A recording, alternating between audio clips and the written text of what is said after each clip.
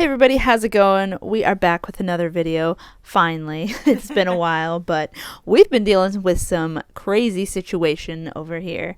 Yeah, we haven't filmed a video, I think, since last Saturday, or a long time, like almost 2 weeks. We don't necessarily talk a lot about our lives too much on these videos anymore. We used to kind of. But nobody really cared. No, I'm just kidding. But we mostly just focus on the players. But some crazy stuff has been going on over here. Okay, so Mother's Day night, which is supposed to be the day that the least crime is committed, right?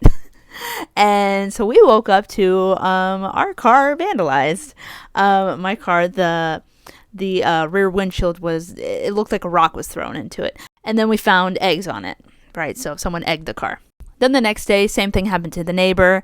And then I feel like the next day after that, or maybe a couple days after that, Sara's car was egged.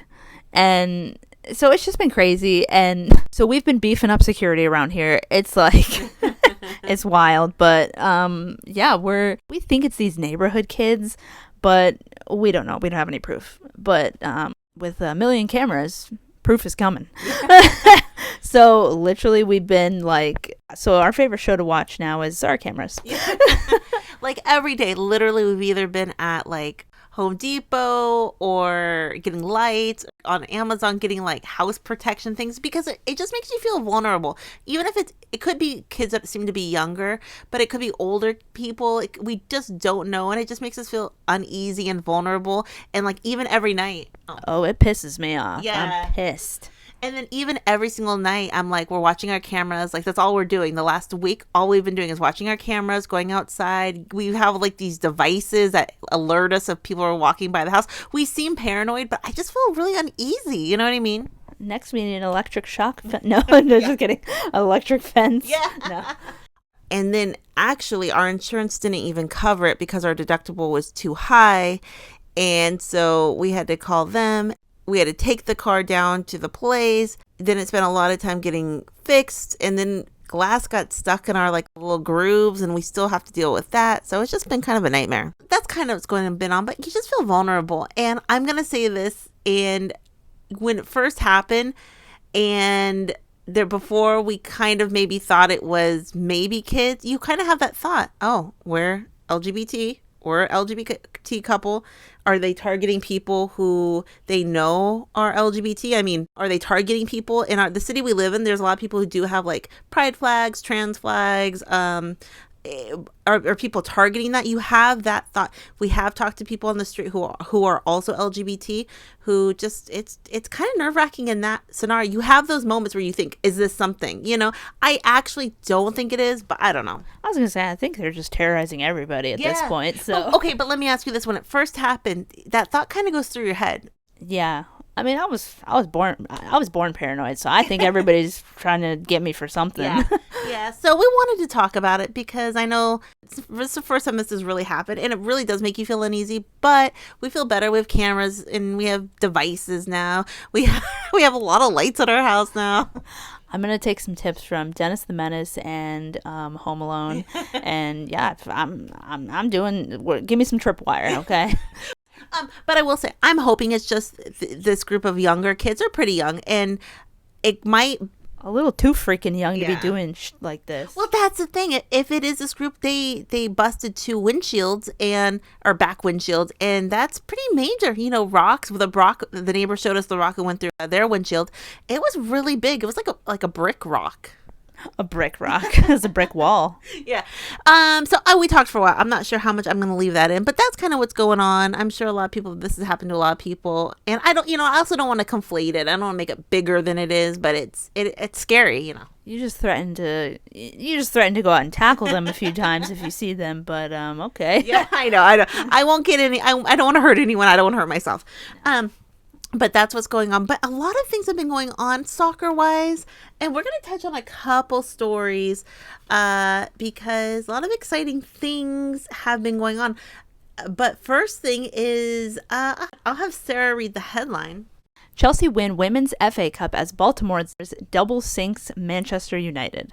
Unflustered, unrivaled, and unbeaten, Sonia Bonpastor's Chelsea's side were at their clinical best as they completed a 30-game unbeaten domestic treble with a 3-0 win over Manchester United in the FA Cup final. For the most part, United weren't that bad. Chelsea were just better when it mattered most, again and again and again. 2 goals from Sandy Baltimore, arguably the Blues player of the season, sandwiching Caterina Macario's heated effort. So yeah, big, huge win by Chelsea. 2 goals for Baltimore. I believe she was player of the match. Amazing. It was at Wembley. It says right here, 74,000 spectators filled into the grounds. That's major. And also, Chelsea were just the better team. We're going to read a couple comments, but people are saying that Marc Skinner didn't make great decisions, didn't start Ella Toon, which a lot of people are saying, why not start one of the most impactful players you could have and not start her? She was brought on, I believe, in the halftime, but people are kind of questioning his tactics. But I think everyone says Chelsea, we're not losing this, best team. Domestic trouble, played better than United, wasn't necessarily close. First half kind of was. There was a PK. Most people say that seemed to be a legitimate PK. But I will say, it was an American crime, or however you would say that, with Kat Macario scoring on Phallon. That was wild. Was that even legal? It was legal. But unfair, but very sad, because it would have been nice to see United win. But I think that Chelsea definitely deserved it. But, the domestic treble, and also unbeaten in the WSL. So very excited for them. Champions League is what they really want at this point. But to have all these accolades right now, I mean, yeah, you might feel disappointed you didn't get farther in Champions League, or you didn't go to the final, but I'm sure they're happy with this. So that was the first exciting story. Also, Arsenal, the big Champions League final is on the 24th. And I've seen a couple things where some people are counting out Arsenal, and I actually think that will work to Arsenal's favor. Yeah, sometimes when you're counted out, that's when you go for it. Yeah. I think a lot of, I don't know if I saw this on TikTok or like an article, that the article was stated like reasons why you should not count out Arsenal for the Champions League final. And very exciting. But that will be on the 24th. But some other exciting news coming from the U.S. Women's National Team. The roster has been released for the upcoming friendlies. We love a roster drop. It's one of the most exciting times of the year. Hayes names 24-player U.S. Women's National Team roster for matches against China PR and Jamaica. Defender Naomi Girma returns, while defender Carrie Abello and midfielder LaBonta receive first ever U.S. Women's National call-ups. USA will face China PR on May 31st in St. Paul, Minnesota, before taking on Jamaica on June 3rd at Energizer Park in St. Louis. So yeah, 2 big games coming up for the United States Women's National Team, and I'll put the roster up. But obviously, we just talked about Phallon. Phallon's back. And a lot of people are saying it's Phallon's job to lose at this point. She's been playing amazing. And then defenders, like they said, Carrie Abello, first call to the national team. Naomi Girma's back. Forwards, obviously no triple espresso. Trinity's still hurt. And Mal and Sophia are pregnant. But we see... Not together. No, not together. That'd be cool, though. But we see Alyssa and Giselle Thompson are both listed as forwards. So some exciting things. Some of the things we don't see, someone like a Jaedyn Shaw, who's been called up pretty recently. She's not on the roster. And also, I think Lena Colburn Albert. What was that? She's on the U23 roster, too. But exciting. But speaking of hate crimes. No, I know. But one player that got a call for the first time ever was LaBonta, who, if you follow the NWSL, you know her. She's one of the stars of the NWSL. This is probably one of my favorite call-ups ever, because well deserved. I mean, iconic player, and even more iconic celebrations, cellies. Goal celebrations. Yeah, exactly. Yeah. So hopefully she can score. Hopefully she can play. So then she can score. So then we can see some of that iconicness. Yeah, I mean, she's famous for her cellies at current. She's been playing amazing for the last couple years, and I'll have Sara read this. NWSL standouts LaBonta Abello named to U.S. Women's National Team roster for friendlies. So this is part of the article, but she talks about, why Emma's calling low. She has a bit of a quote, but I'll have Sara read this quote. First of all, I think she's deserving of the call-up. It's the right moment to do it, Hayes said of LaBonta on Tuesday, adding that she thought Abello has been one of the most consistent performers for one of the NWSL's best teams, and that Dickey has been the best performing goalkeeper in the NWSL this season. So Emma talks a little bit about kind of the other the new call-ups, Dickey and Abello, and then she says right there, she's deserving. It's the right moment to do it, and a lot of people say they think she is deserving of it, but a lot of people say if Emma keeps saying she's gearing up for the World Cup, for the Olympics, is a 32-year-old player. They don't quite understand calling a 32-year-old player for the first time, even if she deserves it, because a lot of people think, and that makes me seem like I don't think she'd call her. I absolutely think she should call her. I think she's amazing. But we hear the story about Casey Kruger herself said Emma Hayes told her she's not in the future for the team at 34, even with all the experience and how great she is. Some people think Alyssa Naeher was kind of indirectly kicked out. That's a tough term, but moved on from for being an older player. So people are like, this seems kind of strange from Emma Hayes. Like I said, I think Lowe deserves it. I think she's great. I'm just so happy for her because also she has done that TV. She did the TV show. She actually did a couple NWSL shows or soccer shows, and one of the major things she had talked about is that people who are just brand new to the league make 10 times as much as she does, even if their stats aren't as good. But one reason why maybe this is a stretch. I haven't heard anyone say this. But you make a lot of money if you get called to the training camp, and you make a lot of money if you go to the game, and you make a lot of money if you win that game. Maybe Emma Hayes secretly is like, she deserves the money that she will make from these games. Is that crazy to think, even though it doesn't work like that? I think she does deserve it. I know it doesn't work like that because Emma's not going to call anyone who doesn't deserve it. But maybe if she's not in the plans for the World Cup, maybe, hey, we want to give you a moment to shine because you've deserved it, how much you've given to the league, and you'll make some money. Yes, that's crazy to think. I know, not Emma Hayes. Emma Hayes wouldn't, but I'm just so pumped for her. She seems, did you see the video of her, Chawinga went down and she was hurt, and then LaBonta was there, kind of wiping off her face and her sweat and kind of taking, the grass off of her and stuff.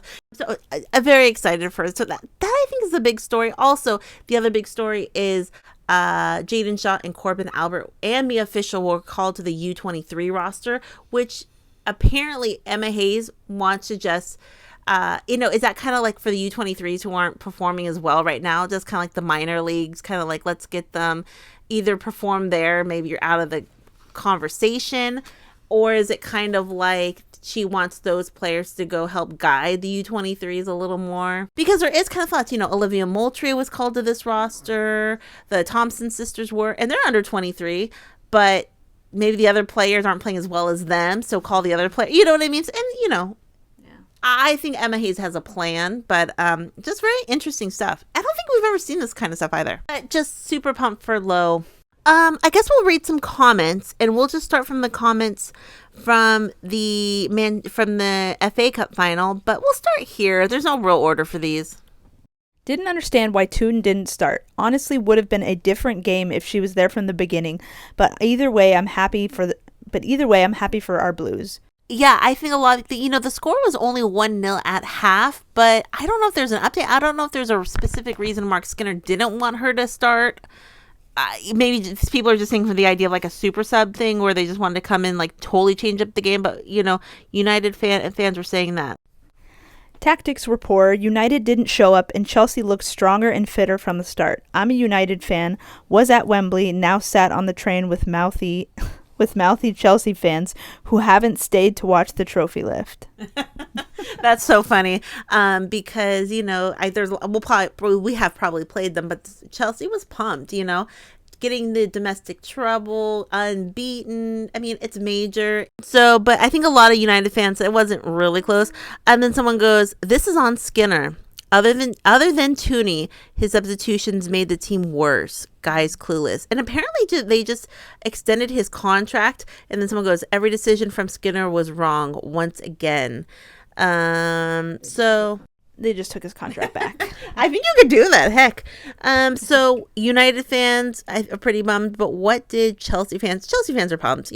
Also, let's I'm gonna read a couple comments about the roster drop for the U.S. Women's National Team, and I kind of focused on LaBonta being called, and then I saw this comment, and this kind of is representative of what people are kind of wondering exactly what Emma's thinking. How should I read this? So 34 is too old to be on the roster, but 32 not too old to debut. Justice for Kruger, for real.